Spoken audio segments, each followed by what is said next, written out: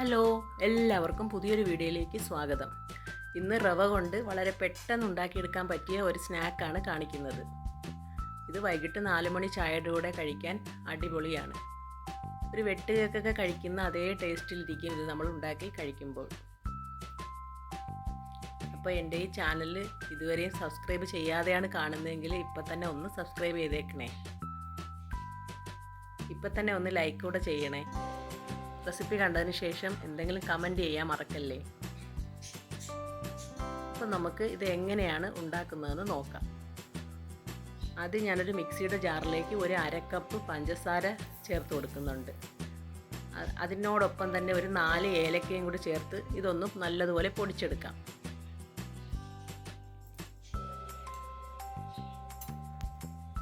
അപ്പോൾ ഇതുപോലെ പൊടിച്ചെടുത്തതിൽ ആ പഞ്ചസാരയിലേക്ക് ഒരു നുള്ള് ഉപ്പും ഒരു 1/4 ടീസ്പൂൺ സോഡാപ്പൊടിയും കൂടി ചേർത്ത് കൊടുക്കുന്നുണ്ട്.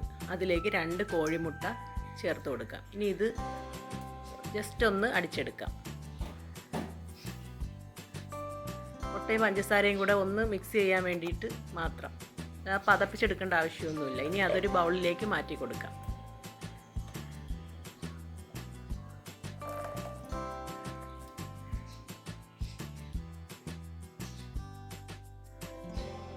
ഇനി അതിലേക്ക് 1 ടേബിൾ സ്പൂൺ പാല് ചേർത്ത് കൊടുക്കാം. 1 ടേബിൾ സ്പൂൺ പാൽപ്പൊടി ചേർത്ത് കൊടുത്താലും മതി. ഒരു ടേസ്റ്റിന് വേണ്ടി ചേർത്ത് കൊടുക്കുന്നതേ ഉള്ളൂ. ഇനി അത് നല്ലതുപോലെ ഇതുപോലെ ഒന്ന് മിക്സ് ചെയ്ത് കൊടുത്തതിന് ശേഷം അതിലേക്ക് റവ ചേർത്ത് കൊടുക്കാം. ഞാനിവിടെ 250 ml കപ്പിൽ 1 കപ്പ് റവയാണ് ചേർത്ത് കൊടുക്കുന്നത്. കുറേശ്ശെ ഇട്ട് ഇതുപോലെ മിക്സ് ചെയ്തെടുക്കാം.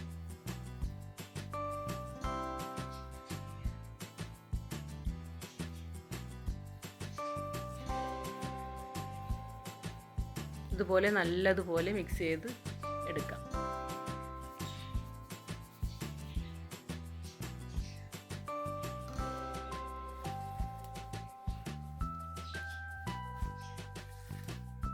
നല്ലതുപോലെ ഒന്ന് മിക്സായി വന്നതിന് ശേഷം അതിലേക്ക് ഒരു 1/2 കപ്പ് മൈദ ചേർത്ത് കൊടുക്കാം.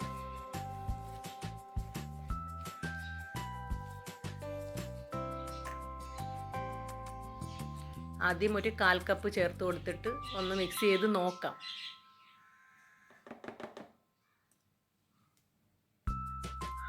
അപ്പം അതിൻ്റെ ഒരു പരുവം കിട്ടുന്നത് വരെ നമുക്ക് മൈദ മിക്സ് ചെയ്ത് അതിനെ ഒന്ന് പരുവപ്പെടുത്തി എടുക്കാം.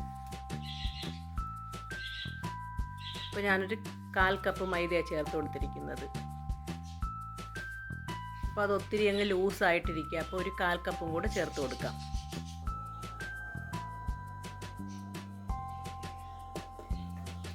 നല്ലതുപോലെ ഒന്ന് മിക്സ് ചെയ്ത് കൈ വെച്ചിട്ട് നല്ലതുപോലെ കുഴച്ചെടുക്കാം.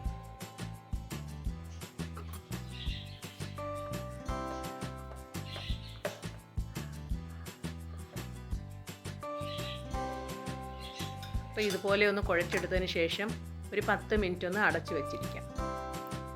10 മിനിറ്റിന് ശേഷം ചെറിയ ഉരുളകളായിട്ട് ഉരുട്ടി നമുക്കിഷ്ടമുള്ള ഷേപ്പിൽ വറുത്തെടുക്കാം. ഞാനിപ്പോൾ ഇതുപോലെ ഒന്ന് ഉരുട്ടി ഇങ്ങനെ ഒരു ഷേപ്പിലാണ് എടുത്തിരിക്കുന്നത്. ചെറിയ വലിപ്പത്തിൽ എടുത്താൽ മതി, എങ്കിലേ നല്ല ഉള്ളൊക്കെ നല്ല വെന്ത് കിട്ടത്തുള്ളൂ. ഇതുപോലെ ഉരുട്ടി നേരിട്ട് അപ്പോഴപ്പോഴും തന്നെ എണ്ണയിലിട്ട് പൊരിച്ചെടുക്കുന്നതായിരിക്കും നല്ലത്. എങ്കിലും ഞാൻ ഇതുപോലെ ഒന്ന് ഉരുട്ടി വച്ചിട്ടുണ്ട്.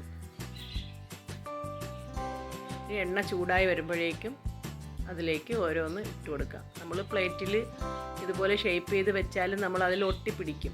റവ ആയതുകൊണ്ട് തന്നെ ഒട്ടിപ്പിടിക്കും. അപ്പോൾ നമ്മളെടുത്ത് ഒന്നുകൂടെ ഒന്ന് ഷേപ്പ് ആക്കിയിട്ട് എണ്ണയിലേക്ക് ഇട്ട് കൊടുത്താൽ മതി.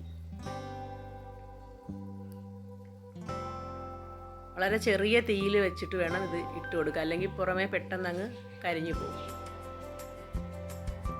ഏറ്റവും ചെറിയ തീയിൽ വെച്ച് തിരിച്ചു മറിച്ചു വിട്ട് നല്ലതുപോലെ മൊരിയിച്ചെടുക്കാം.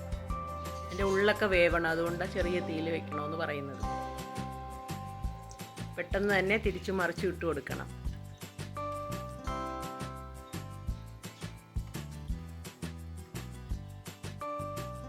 ചെറിയ ഉരുളകളായിട്ട് എടുക്കുന്നത് കൊണ്ട് പെട്ടെന്ന് തന്നെ വെന്ത് കിട്ടും. ഒരുപാട് അങ്ങ് സോഫ്റ്റ് ആയിരിക്കത്തില്ല, കുറച്ച് നമ്മൾ വെട്ടുകേക്കൊക്കെ കഴിക്കുന്നത് പോലെ കുറച്ച് ഹാർഡായിരിക്കും.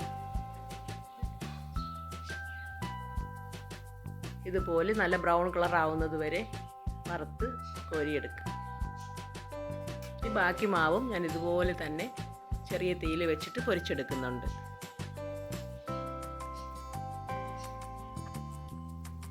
എട്ടുകൾക്കൊക്കെ കഴിക്കാൻ ഇഷ്ടപ്പെടുന്നവർക്ക് ഈ റെസിപ്പി എന്തായാലും ഇഷ്ടപ്പെടും.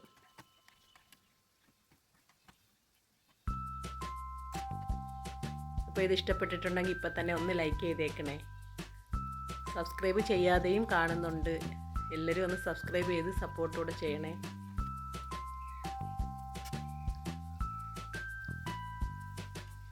അപ്പോൾ ഇതുപോലുള്ള പുതിയ പുതിയ റെസിപ്പികളുമായിട്ട് വീണ്ടും വരാം. അതുവരെ വീഡിയോ കണ്ട എല്ലാവർക്കും താങ്ക് യു.